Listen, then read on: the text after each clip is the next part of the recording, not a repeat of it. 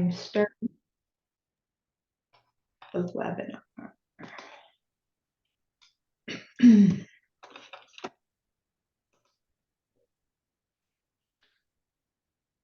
All right. Everybody ready?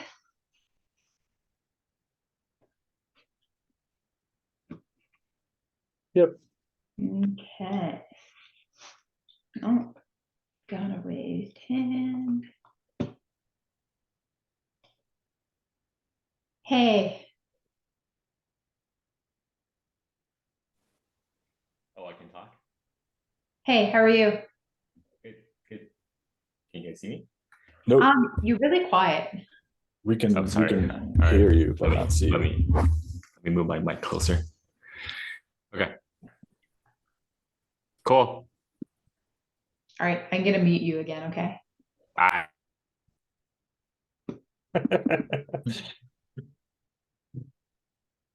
All right. Love it.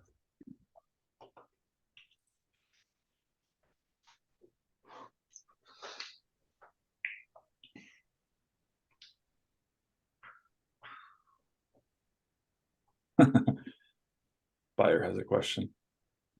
Oh, he does? Another one? No, it probably just says I have a question for He has to. Oh, thanks. Okay. no buyer. The answer is we will not unmute you.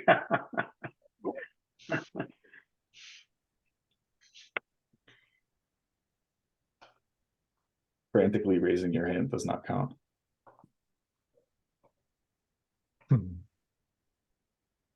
Yes, it does. I can unmute it. All right. Best of luck, guys. Thank you. Thanks. Yeah.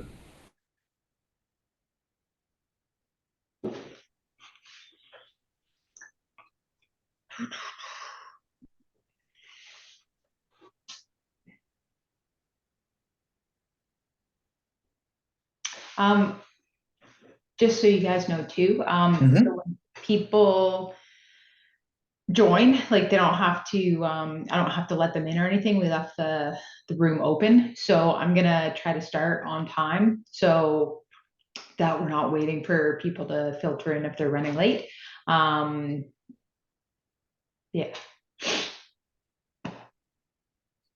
I'm assuming it's recorded, so we'll cut it and then use it for marketing materials so they can watch it back.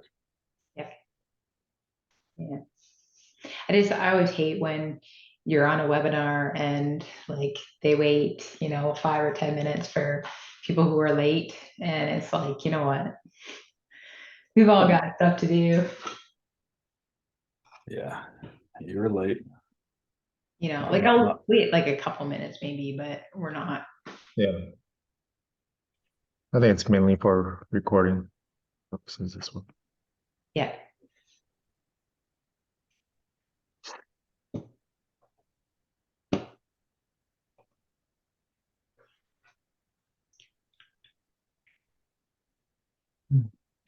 Okay, as everyone is just joining here, we'll get started as soon as we can in a couple of minutes. Mark, hey, I see you there. Lynette, hi Lynette.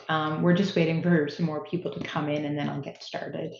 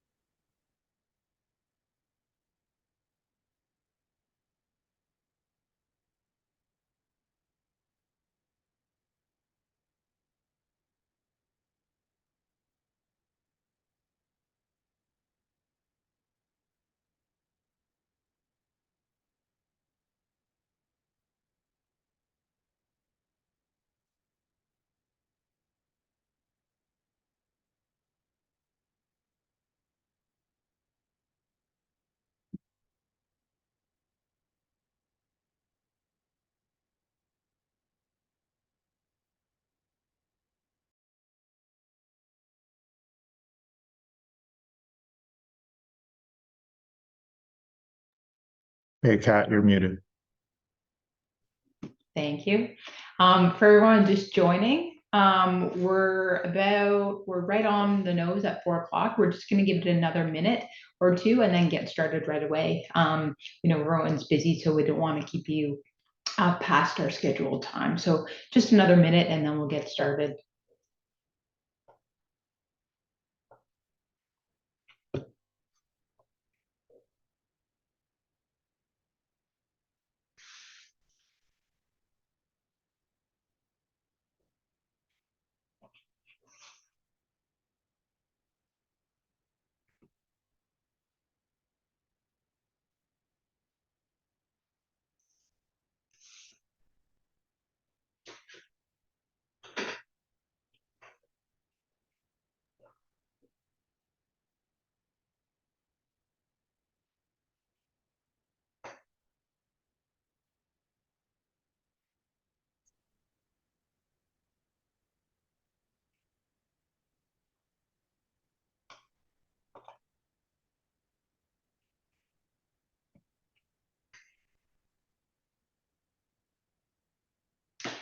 Okay, everyone, I am going to get started now. I'm going to be your moderator as well as a panelist for today's webinar. So first of all, thank you for joining us.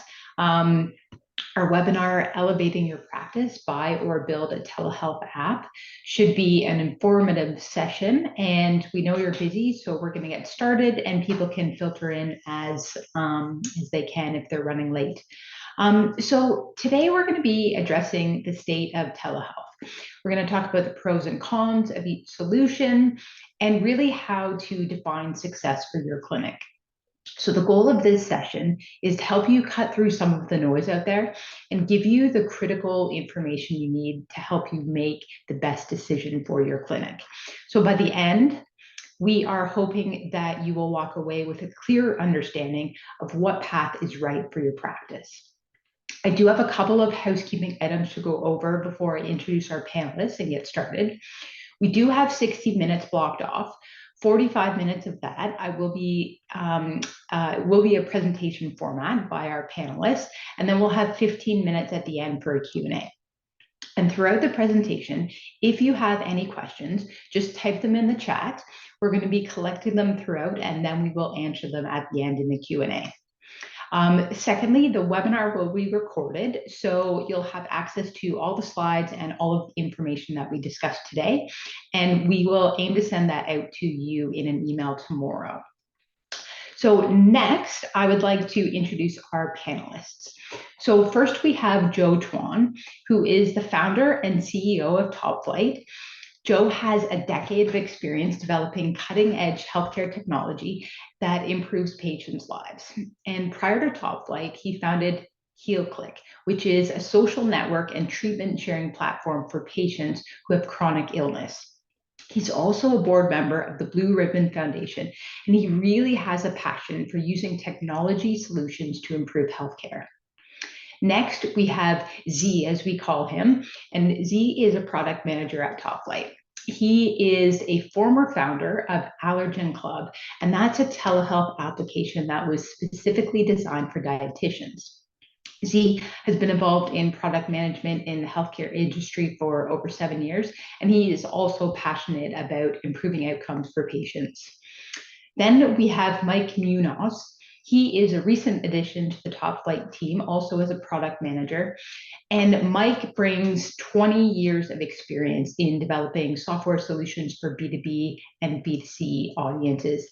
He is a seasoned entrepreneur and software executive, and we're thrilled that he's on the TopFlight team now. And then finally, myself. I've been in healthcare for over 15 years in different marketing and management capacities.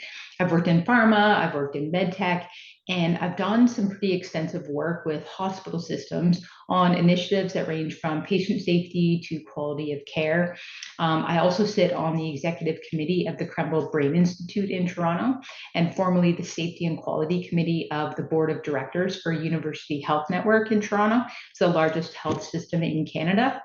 So my entire career has been in healthcare, And I care deeply about improving outcomes for patients. And that's why I'm thrilled to be part of the Top Care Top Flight team.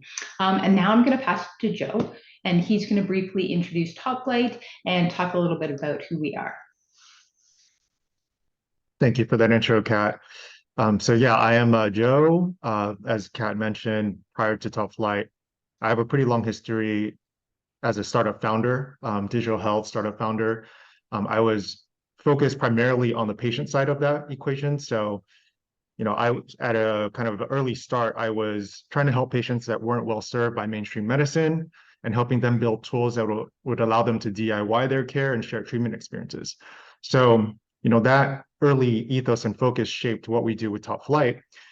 We are a product development company heavily specialized in healthcare, and particularly on the user experience side, the patient experience side of that equation. And to date, we've launched over 100 medical applications. And below, you can see just a couple of different types of applications that we've built. It spans a pretty large gamut in virtual care, from telemedicine to lightweight EHRs, on-demand apps for seeing doctors virtually, AI-powered healthcare solutions. So the whole gamut we've done, and I want to try to simplify that by saying that what we've learned are that providers, across the whole spectrum of size, they share a lot of the same pain points and goals. And it was through this kind of pattern recognition that sourced a lot of the ideas and inspiration behind what we're doing with Top Flight Care. So Top Flight Care, in a nutshell, is a SaaS platform where we are trying to empower practitioners, mainly on the smaller side, outpatient, nimble side, to launch solutions that enable them to see patients virtually and much more cost effectively than the usual custom application. So we're excited to throw our hat into the ring of this buy versus build conversation. And we're kind of uniquely positioned to talk about it because we are actively involved on both sides of that. Here's just a snapshot of who we worked with in the past. There's healthcare institutions, hospitals, venture-funded startups, and what's not shown here, more of the bootstrapped clinician founders and smaller outpatient clinics. And again, with Top Flight Care, which will be more of the focus of my part in this conversation today, we're very focused on the second part of that. The smaller, nimble organization that is even the solo founder, maybe even coming out of med school that wants to launch their first practice. A nimble kind of founder organization that's able to embrace technological change and new tools and isn't saddled too much by ties to legacy systems. That's who we're trying to focus on now with Top Flight Care. Okay, so we all know that healthcare continues to evolve. It always has, it always will. Over the past few years, obviously accelerated by the pandemic, we've seen healthcare providers adapting to technological changes and embracing new methods of delivering care. And telehealth has definitely emerged as a pivotal player in this transformation. And you just heard Joe speak to Top Flight and what we're trying to accomplish in this realm. It's certainly not new. It's been around pre-pandemic, but its adoption continues to expand post-pandemic. And in the coming years, it's going to represent a fundamental shift in how healthcare is delivered. But it comes with its own set of challenges. And as healthcare providers, you're definitely, if you're thinking about implementation, you could be struggling with a lot of questions. So how can we harness the potential of it to benefit our patients, but also our own practice? What are the advantages? What are the drawbacks? How do we ensure data security and compliance? What's the financial impact? How do we calculate ROI? So like we said, our goal is simple today. We're trying to demystify all of the information out there, and it's not going anywhere. Staying on the sidelines will impact your bottom line. And we're trying to help you make the decision on, what option is best for your clinic. So on that note, we're going to just talk briefly about some of the benefits, and then we'll talk specifically about the building, the buying, and the different options out there. But let's talk about your patients. So you already know that retaining existing patients is critical to your business. And there's multiple studies out there that show it costs more to acquire new patients than to retain existing ones. So through the entire care continuum, they build a relationship with you, but there are multiple touch points that impact their perception of the quality of care you provide and the overall experience. But 60% of them are likely to select another doctor if they're able to make appointments online. So this communication, this care continuum, patients are demanding that healthcare providers improve their service. They want easier access to online options, whether it's booking appointments, accessing health data, making payments. So this should be a wake-up call if you're on the fence. Losing patients costs you money, and just the old ways of managing patients and workflows are just not going to be good enough anymore in the coming years. So we all know communication issues are a big issue in healthcare. They've been an issue since the beginning of time, and it's complex. There's so many variables, so many challenges, and there's never going to be a one-size-fits-all approach to improving that patient-provider communication. People have different expectations, people have different needs, and you have a lot of challenges yourself. So when we're talking about booking appointments or new patient consultations, paying bills, looking up prescription information, asking questions, there's a huge amount of resources that are needed to manage that, and you know that. And there's a lot of missed opportunities for your clinic. So potential patients who leave a voicemail or to call and they don't reach someone right away, 85% of them don't leave a voicemail. So what are you missing out in terms of new patients? What are you missing out in terms of new appointments? So some of these issues can be alleviated by opting into a telehealth platform of some kind. It's certainly never going to fix every communication challenge that you have, but it will certainly do a lot to improve it.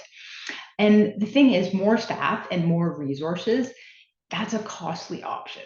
So people want that convenience, and if you don't offer that, they will seek out providers that do, but they also are not satisfied with the current level of communication. The vast majority of complaints from patients are actually related to this and not the care that they receive.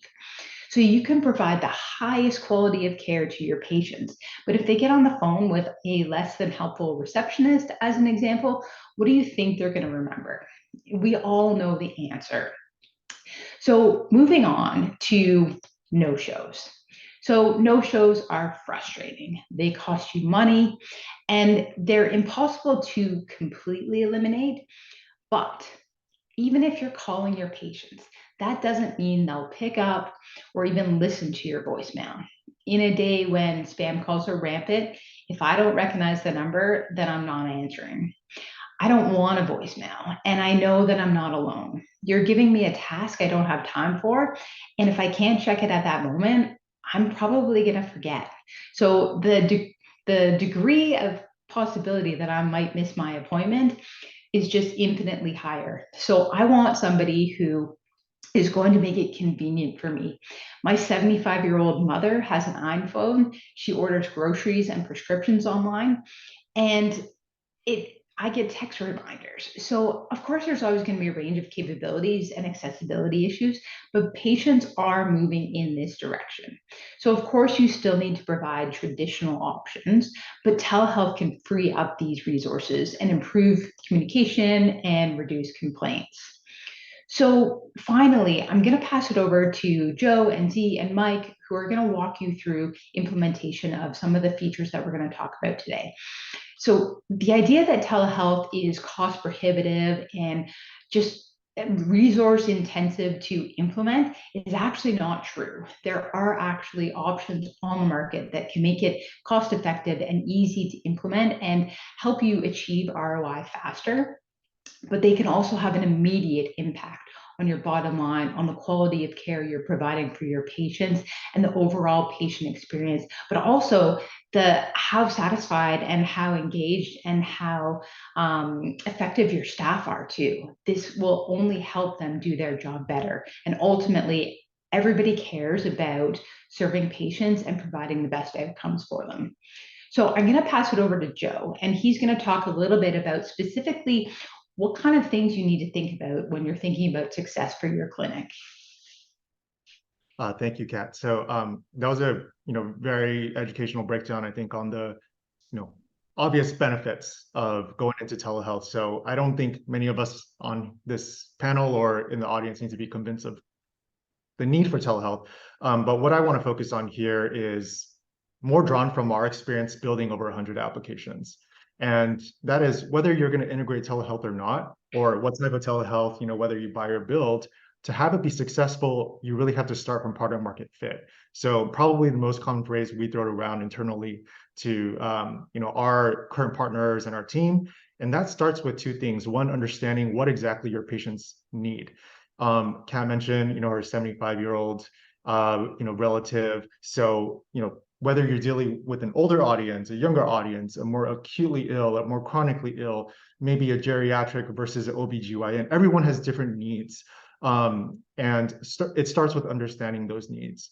And then the second part of that is, if you know who you're serving, what is a unique selling point for your organization? That may be called the core purpose of this application. We call it a USP internally. And a telehealth application that you pick, whether you buy or build, really has to enable you and empower you to serve the patient's needs and offer a competitive advantage to the virtual care platform or the brick and mortar, provider down the street. So ultimately, it has to be about winning. It has to be about how do you get more patients and how do you serve them better. And the third point here is it's called a business strategy. That's a very cliche term for, in our mind, which is have a distribution method, have a strategy so that after you pick the solution and you have, onboarding, that you can get it out there. Because I imagine everyone here wants to expand their walls and, try to go beyond the geographic barriers of your current practice. And for that, when you launch this application, you're always going to stumble into uncertainties. Something's not going to go right. And you have to have a strategy to get past that. And so one of the advantages of buying versus building is that typically you'll have a lot more runway to focus on the distribution of your solution.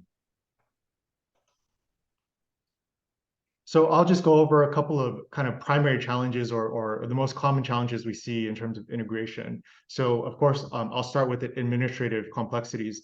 The buzzword is administrative burden. There's a lot of complex workflows going on in healthcare, from scheduling to documentation.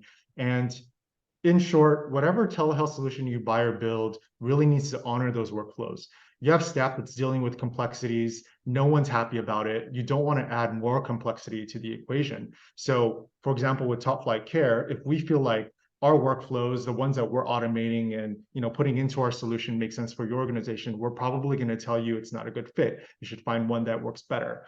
And then the second point is ensuring smooth integration with existing systems. And let's just talk about that as EHRs, right?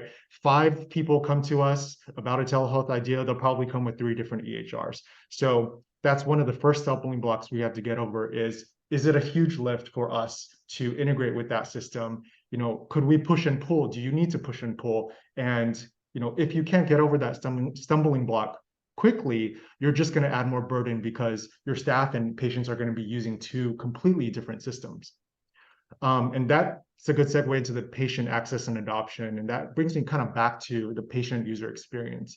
You have to understand the audience and their competence issues with technology and varying levels of digital literacy as well. But just one example would be, say, a patient with psychosis. If we're building an AI-driven or chatbot, that may not be a good solution for that audience. They may not be able to type coherently. And similarly, we're in a world where patients are now downloading tons of point solutions, one for chat, one for scheduling, one for EHR. And really our goal with Top Flight Care is to try to centralize that into more or minimal touch points. So we don't force our customers to just use our solution, but we want to make sure that it is an option to have one lightweight platform to give to patients so they don't have to deal with more burden. And just really quickly, of course, any buy or build solution has to meet data security and compliance, primarily HIPAA. And so that's something that is just par for the course. That's a game that we're in. Reimbursement and billing. So this is something we have a lot of experience in. I see that as one of the big Achilles heels of healthcare. It is something that providers shouldn't have to think much about. That's our thesis, but you have to get paid. Those are the barriers you have to get past. So our solution, at least, is always thinking about and always trying to implement ways to make that more streamlined for providers. And lastly, again, training staff and adoption. No matter how effective your solution is, onboarding your staff who's already dealing with complex workflows is a huge part of the success of that application. So just be prepared to spend time and energy onboarding them. All right, we are going to throw it over to Z, who's going to walk through some of the comparative factors between the buy versus build decision. Awesome. Thank you, Kat. Thank you, Joe, for that information. Yeah, of course, when you make the decision, buying versus building a solution, there's factors to consider. They're here on the screen. You can see them, but the main ones I like to highlight, obviously, is the customization. We've talked about workflows in your practice and for your patients. They could be different for your use case, so you want to have a level of customization there. Development timeline and cost, right? The longer the development timeline, the more cost you incur. Scalability as you grow, integration with those EHRs and different parties. And then the last one I'll pull out of the list is the compliance. Obviously, it's a bar, right? It's the minimum bar, HIPAA compliance. You have to be up to that standard. So these are the things you generally have to consider. All right, so let's talk about buying, and then we'll do a benefits versus challenges analysis here. So when you buy, one of the big things is development time, right? How much time does it take for you to start actually implementing that solution into your practice, your startup, your organization? Buying, it's usually a few weeks. Which means lower costs to big benefits. You also get to rely on the expertise of the organization that you're buying from. So obviously, as Joe's mentioned, Topflight has a history of expertise in this area. So you get to rely on that information. And of course, there is a certain level of control that you are giving up and also getting. Right, the Topflight, we have very much experience with vendors, with compliance, with all these variables that you have to bring together to make a powerful solution that could work for your practice. Some of the challenges, customization. Obviously, if you buy a solution, there is a level of customization that you don't get if you were to build it from scratch, specifically to the needs of your practice. So going back to the training your staff, right? There is some training your staff because you may have to change a few items here and there. The features are pre-built, and so that is a benefit on one side since you don't have to do it from scratch, and a challenge on the other side since you obviously get handed a set of features that you get to implement. Scalability. The scalability of your solution is determined by the person that you're buying from. For Topflight, we do publish that roadmap, and there is a level of customization that you can play within that roadmap. But obviously, the roadmap is determined for the large SaaS solution. And then the integrations. Telehealth solutions function together by having certain integrations. And they may not cover all those items that you want on your wish list for your practice, but they do help with getting you to market as soon as possible. On the build side, one of the biggest ones is customization, right? You get to build it exactly the way that you want it to work for your organization. Which means you can tailor pick the features, you can create the workflows that you want, the way you want it to feel like for your patients, for your back office, for your front office, right? You get to cherry pick all the puzzle pieces and put them together and create kind of a nice puzzle for yourself, which allows you to then also be in full control of the scalability as it completely matches the requirements that you have for your organization. And therefore, it also comes with absolutely full control since you're cherry picking those puzzle pieces. Now, on the flip side of that, building does come with a very long development runway, which is usually in our experience a minimum of 6 months comparative to buying, which is usually a few weeks. Since that road is longer, it does increase your cost. Since you have a lot of expertise on what you do, obviously, in your organization. Now, you do have to bring in that software expertise also in-house, and that adds a level of administrative burden, right? Buzzword.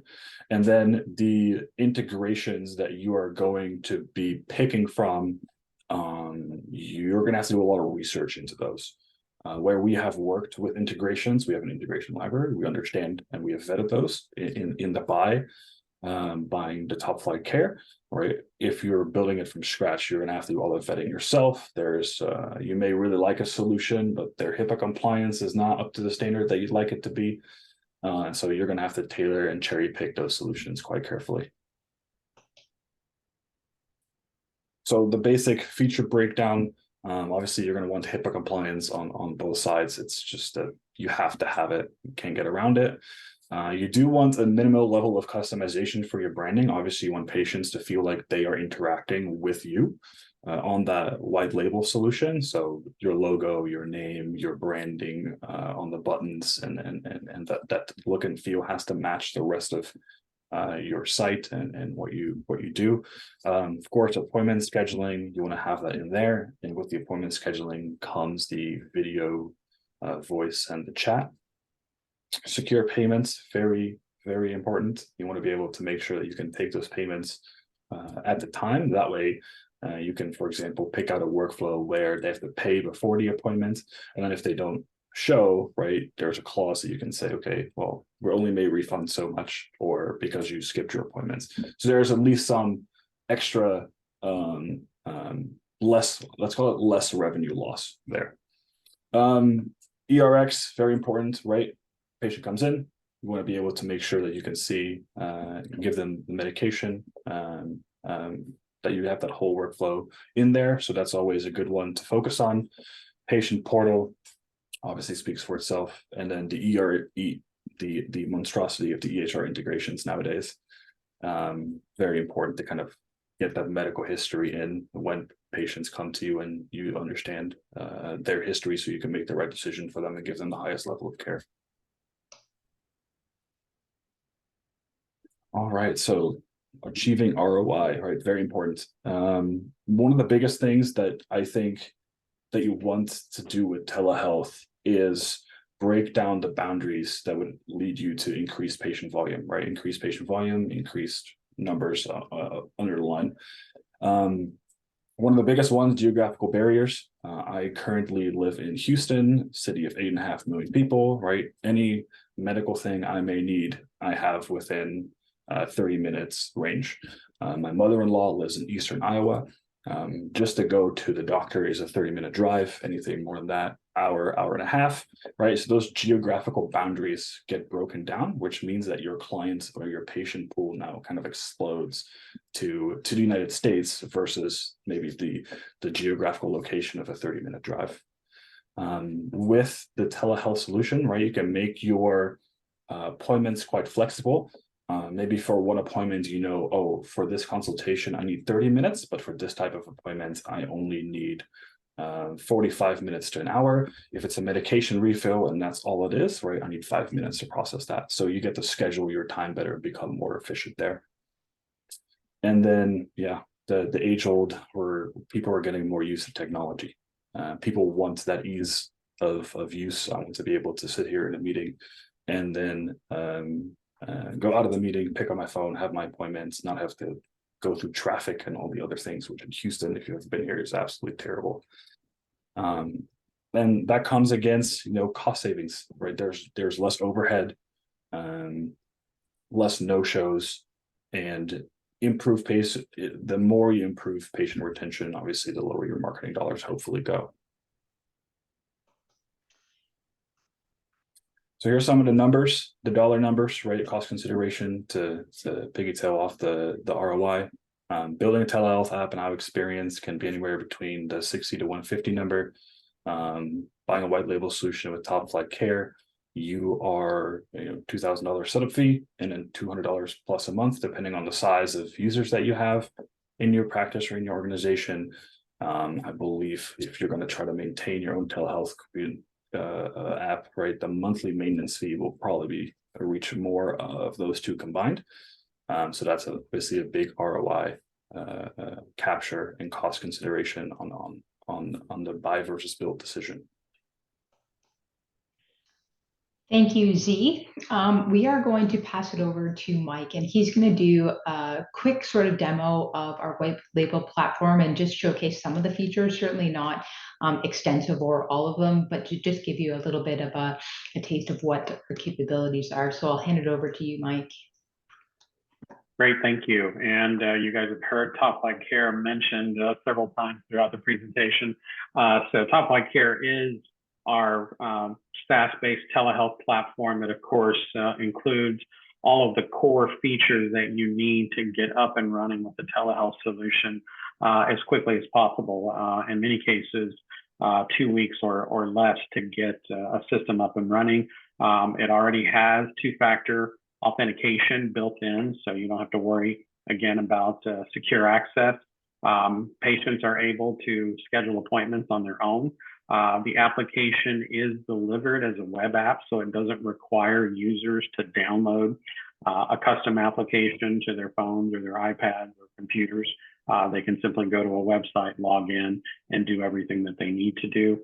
Of course, the system enables audio and video calls between the patient and the provider, and also supports instant messaging with our built-in chat feature. And then, like Z mentioned earlier, as did Joe, the system out of the box is secure and HIPAA compliant, so there's no need to worry about data security with the platform. So with that said, I'm going to give you guys a sneak peek of the tool. So let me take over the sharing here. Great, so you should be seeing two browser windows on my screen. One of them, of course, is for the patient. The other one is for the provider, because we want to show you kind of the two different views in the system. So whenever a patient gets logged in, they have a dashboard that shows their next upcoming appointment. But if they wanted to schedule another appointment, they can come over here to find a provider. And patients are assigned to providers by the clinic or by the practice. So you'll see here that Jen has been assigned to multiple providers, including Charlie, who's the one we're going to use today. So when we click on Charlie to request an appointment, the first thing you're going to see is all of the services that Charlie offers. So on a provider by provider basis, which you'll kind of see over here in my provider view, you have the ability to determine which services or specialties you want to offer services for. So let's say that Jen wants to schedule a mental health session. So we'll just call this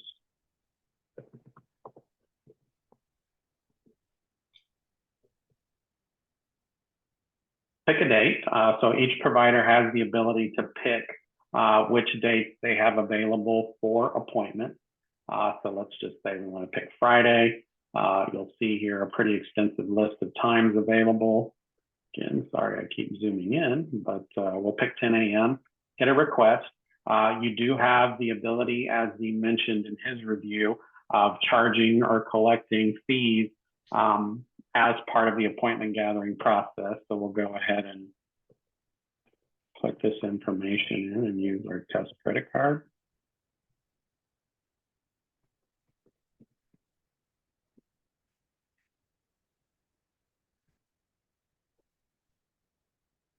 So once we click pay, we'll take that information, process it, get a confirmation that it was successful. We can go back here to our upcoming appointments, and we'll see now that we've got a mental health consultation for Jen.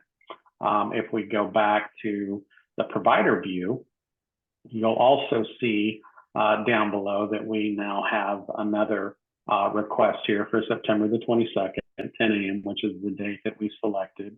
And on any of these, if I click on the details, I can actually go into the patient record. So I can see all of the information that I'm able to store in the system for Jen, including notes on medications, health conditions, additional notes for me to reference if I need to talk to Jen about anything specific in her next appointment, as well as consultation history. So you'll see not only upcoming appointments, but any prior appointments that you had with Jen all in the system, and that's again on a patient-by-patient basis. But from a communication perspective, we also have the chat functionality, so I can come in for both users, go to chat. Again, Jen's got access to multiple providers, but if we click on Charlie and Charlie clicks on Jen, we can actually go in and start sending notes. So we'll do that real quick. Send an update here. Do a refresh and you'll see that we've got a note here from Jenny. Of course, the provider can respond in real time and say, hello back. And of course, that'll pop up on the patient side. So again, we've got real-time communication via chat. And if the provider wanted to initiate a call with Jenny, we of course have the ability to do that. So if we click on our call icon, you'll see that we've got a call being initiated between the provider to the patient that of course could be accepted, and they could talk real time with each other. I'm not going to answer that just because I don't want to interfere with the sharing, but that's really just a quick overview of some of the core features that are available in the system. If anyone's interested in a more detailed demonstration of the platform and what we can do to get this up and running for your practice, we'd be happy to get something scheduled. So with that, I'm going to turn it back over. Thank you, Mike. That was fantastic. I'm going to throw it over to Joe now, and we'll just wrap up and just to talk a little bit about some of the work that we've done so you can understand a little bit more about our experience and more about our capabilities. And then we're going to throw it over to Q&A. And we have a few questions already. So, and then I will open up the floor to more questions after that. Thank you, Kat, and thank you, Mike. Mike was able to show you the core features of our telehealth application, which is, again, we're happy to dive into that. But just kind of to wrap this up, I want to talk a bit more about our work and our work with Top Flight Apps and Top Flight Care and how that's driven our vision of the future of telehealth. So interestingly, we started out Top Flight Care just building out these telehealth features, but the future that we see is actually what happens before the visit and what happens after and between visits. So actually this snapshot you see is what we think of as telehealth 2.0 or 3.0. And a couple of just case studies that have really informed our vision of that. One example is Rhythm, RTHM. That's a Y Combinator backed healthcare digital health telehealth company for long COVID. And we were fortunate enough to work with them and see how you can scale one provider with a very niche knowledge base and brain trust into a much larger population of patients without geographic barrier. And that's really informed our desire and our vision to scale up for smaller clinician founders everywhere to be able to see larger patient groups, and how we can do that with technology without jeopardizing the patient experience. That's really key. Another example is Sober Buddy. So interestingly, this is not a provider-facing application, but one that we built for sobriety, addiction recovery. So that was a chat interface. And we spent a couple of years from scratch, getting that from zero to now an active community of about 40,000. And we were able to achieve some dream metrics together in terms of the patient outcomes. And by dream, I mean, I think any outpatient clinic would dream of having this kind of recovery and engagement rate. And from that project, our takeaway was with something as simple as a chat interface without any human interaction, if you make it animated and give it a human touch and intelligent enough, you can actually drive patient outcomes. So that's really informed kind of our roadmap for Top Flight Care. Those two examples there and more. So just really quick, I'll wrap it up with Top Flight Care. Some of what we've been doing in a short amount of time in terms of this automation that we're talking about, we've added ERX, as Z mentioned. So already we've implemented DoseSpot for automated prescription and prescription refills. We've added a chatbot, which is about to be launched so that patients can schedule without having to deal with a scheduling team. I'll tell you honestly, one of our advisors has a clinic in Long Beach, and they have an entire team of schedulers just handling calls. So that is unnecessary for patients as well as for the provider. And we're also adding a smarter notification system. So again, kind of on this theme of repetition, There's nurses that call patients just to tell them your lab results are ready, book another visit. There's things like that we don't believe are necessary to add to the provider burden anymore. So a smarter notification system can alert patients to do that on a predefined cadence, have kind of smart triggers to reach out to patients based on how they're feeling. And also just encourage them to do behavioral modification, like we learned with Sober Buddy. Did you get your steps in today? Did you take your medication? Compliance is oftentimes the biggest failure in healthcare. So that's our vision for telehealth. Like it goes way beyond just the visit and the chat and into, how does a provider scale up their knowledge and brain trust to many more patients, and how do those patients feel better, through that experience? So again, we publish our roadmap publicly. We invite everyone to take a look. And if it resonates with your vision of telehealth, we'd love to see if we can be a fit for your organization. Great. Thank you, Joe. And just a note about that, we can send you the link to that roadmap. It lives on our website, but anybody who wants it, just let me know and I will send that out to you. Thank you so much, Joe, Mike, and Z. That wraps up the presentation portion of our webinar. So we're going to open up the floor to some questions.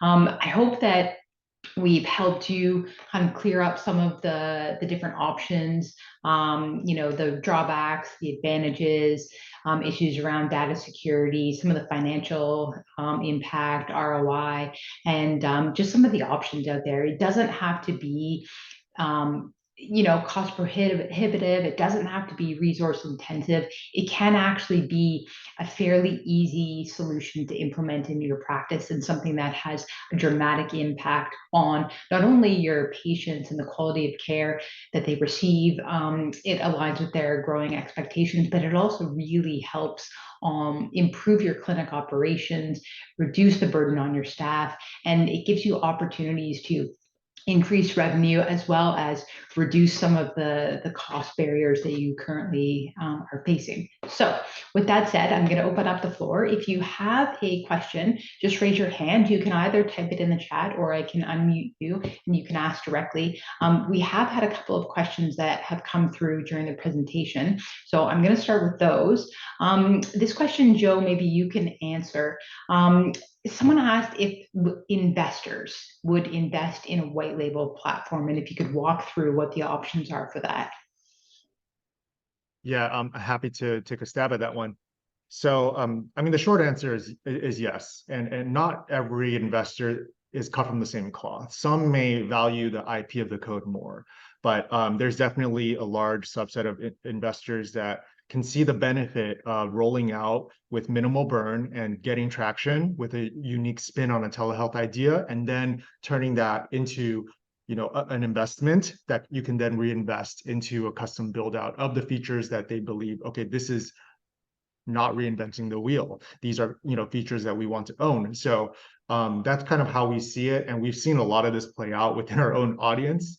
For example, there are customers of ours on the Top Flight Apps side that started out with a white label EHR platform, and then once they raise a round, they started building out their version of that would suit their use case better. Great, thank you, Joe. I have a question here from Kate, and maybe Mike, you can take this. Kate asks, can you elaborate on how patient data populates in the dashboard? So medications, problems, etc. And then does this have a push-pull integration between our platform and the EHRs? Yeah, so right now the data that goes into the platform is all keyed in by the provider for each of the patients that they're serving. Like we mentioned earlier, EHR integration is on the roadmap, but it's not that easy. Obviously, like Joe said, every single customer is typically using either a homegrown or different EHR platform, which means we've got to customize our integrations with each one. There are third parties that can simplify that, but that's typically kind of the one area where we really have to sit down and talk with a customer to understand the platform that they're using, so that we can figure out the data exchange. But yeah, that's basically how it works today. Okay, great. Thanks, Joe. Kate, I hope that answered your question. That was Mike, by the way. Oh, you have something to add in that, Joe? So thanks, Mike. Yeah. Okay, I have another question here from Steve, who wants to know if there's any regulatory differences between building or buying a telehealth app. Joe, do you maybe want to take that? Yeah, happy to take a stab. So there's a couple different parts of that. I'll start with HIPAA. Obviously we may have glossed over that a little bit earlier, but that's the tried and true, like ubiquitous regulation that all of us have to deal with. And usually that means if you're building it from scratch, it really doesn't mean you're building from scratch because you're probably using something like AWS or Azure on the back end. You have to make sure that the services that you use for the storage of the data as well as data and transfer are covered. And by covered, I mean they're willing to sign a business associate agreement saying that it is secure and being properly handled by them being AWS and Azure.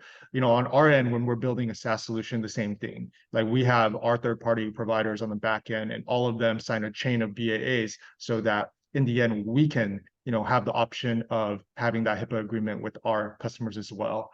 And other forms of regulation, I'm sure, are handled more. I can handle those more on a case-by-case basis. I would say that, in terms of licensing, that is a unique aspect of white label because you want to be very clear, on what do we own versus our customers own. And kind of the simple way that we try to enable our SaaS customers to think about that, we're kind of like Microsoft Word. We're building a platform, but whatever you create with that platform, the users and the data, those are transferable to any other application that you choose to build, whether it's another SaaS platform or something that you build from scratch. Yeah, and I do want to add to that question and to Joe's comment. There are some really kind of weird requirements and nitty-gritty HIPAA things that you would probably easily miss. For example, with one of the things you want to look at is how long does my telehealth solution stay open after I leave my computer, right? Because there are specific requirements for those. So if you go down the build path, you have to make sure that you cover those really tiny nitty-gritty details because theoretically they are part of obviously the requirements set by HIPAA, but they're not usually items that easily come with an AWS platform. Those are still nitty-gritty details you have to build in yourself, and they can get quite hairy. Okay, perfect. Thanks, Joe and Z. I have one more question here that is around resources required to train staff. So if you compare the build and buy solutions, how many hours does it typically take in your experience to train new staff on your white label application? Mike, maybe you can take that. Yeah, I can take that. I mean, it's really minimal unless you get in and start doing or adding a lot of unique features to the platform. The core system itself, is really got core functionality, which again includes appointment scheduling, includes the ability for providers to set up services. So, most of the work that you're going to have to do on the front end, including training, is mostly about setup. Once you get the system up and running with the services that you want to offer, everything else, I hate to say is easy to use, but some of the stuff that we didn't look at with regards to notifications, emails, reminders, and those types of things really work to both help the patient and the providers stay on top of all of the work that needs to be done to keep up with the appointments. So, I think the bigger challenge is just figuring out how to implement it into your existing workflows, like what was mentioned earlier in some of the buy versus build or some of the challenges that Joe was pointing out. Because the off-the-shelf components, like I said, are very easy to use, very easy to understand. The bigger challenge is typically on the workflow side internally and figuring out how you're going to insert that process into your legacy processes. Okay, perfect. Thank you, Mike. And Elizabeth would like to know, is there a cap on number of patients for my clinic? I can take that one too if you want. So when we were presenting our pricing structures in the buy versus build slide that Z was covering, the pricing structure for the buy was $2,000 setup and then $200 a month. That represents tiered pricing. So the pricing tiers are actually based on the number of active patients that you have on a monthly basis. And that first tier is up to 1,000. So it's pretty significant, especially if you're talking about a smaller practice, but the pricing tiers go up from there. And those are actually available on our website, but there isn't any limit to the number of patients that you can serve using the tool. I mean, if you're over 100,000 patients, the platform will support it. The pricing tier is going to be higher, but there's not a limit on the number of patients that you can service. That's great. Can you just speak to how the switch happens between tiers? So if you have, 1,000 patients and then you go to 1,001, does that happen automatically, or is there some sort of upgrade that needs to happen? No, there's no upgrade. We actually just monitor the usage on a month-by-month basis, and if the usage goes beyond the tier plan that you're on, then the following month you just get billed for the next higher tier. And I believe we do send a notification to whoever the administrative user is for the organization, just letting them know that, hey, you've moved into the next tier. So here's going to be your invoice for the upcoming month. Perfect. Thank you. Is there any other questions from the audience? I don't have any further questions. So I think we have a few more minutes left, but we'll just wrap up and conclude the webinar. We really appreciate you being here today, and Joe, Mike, and Z. I know you guys, presented a lot of valuable information. Like I mentioned, this is going to be sent out to you as a recording tomorrow. But I really hope that we demystified some of the confusion around the options, some of the different capabilities that our white label solution has, and how easily and seamlessly it can integrate into your clinic. We're talking a few weeks and a very low cost to entry to get this up and running for your clinic. But I think everyone here knows, telehealth is not going anywhere. Patient expectations are changing and growing, and this is going to become the new operating rhythm of the future. And so we would really love to talk to you further. If you have any questions, you'll have our email address with the follow-up email. Feel free to reach out and schedule a demo with Mike. Anybody here, Z, Joe, Mike, myself, we are all available to answer any questions you have or any follow-ups you have. So thank you very much for attending.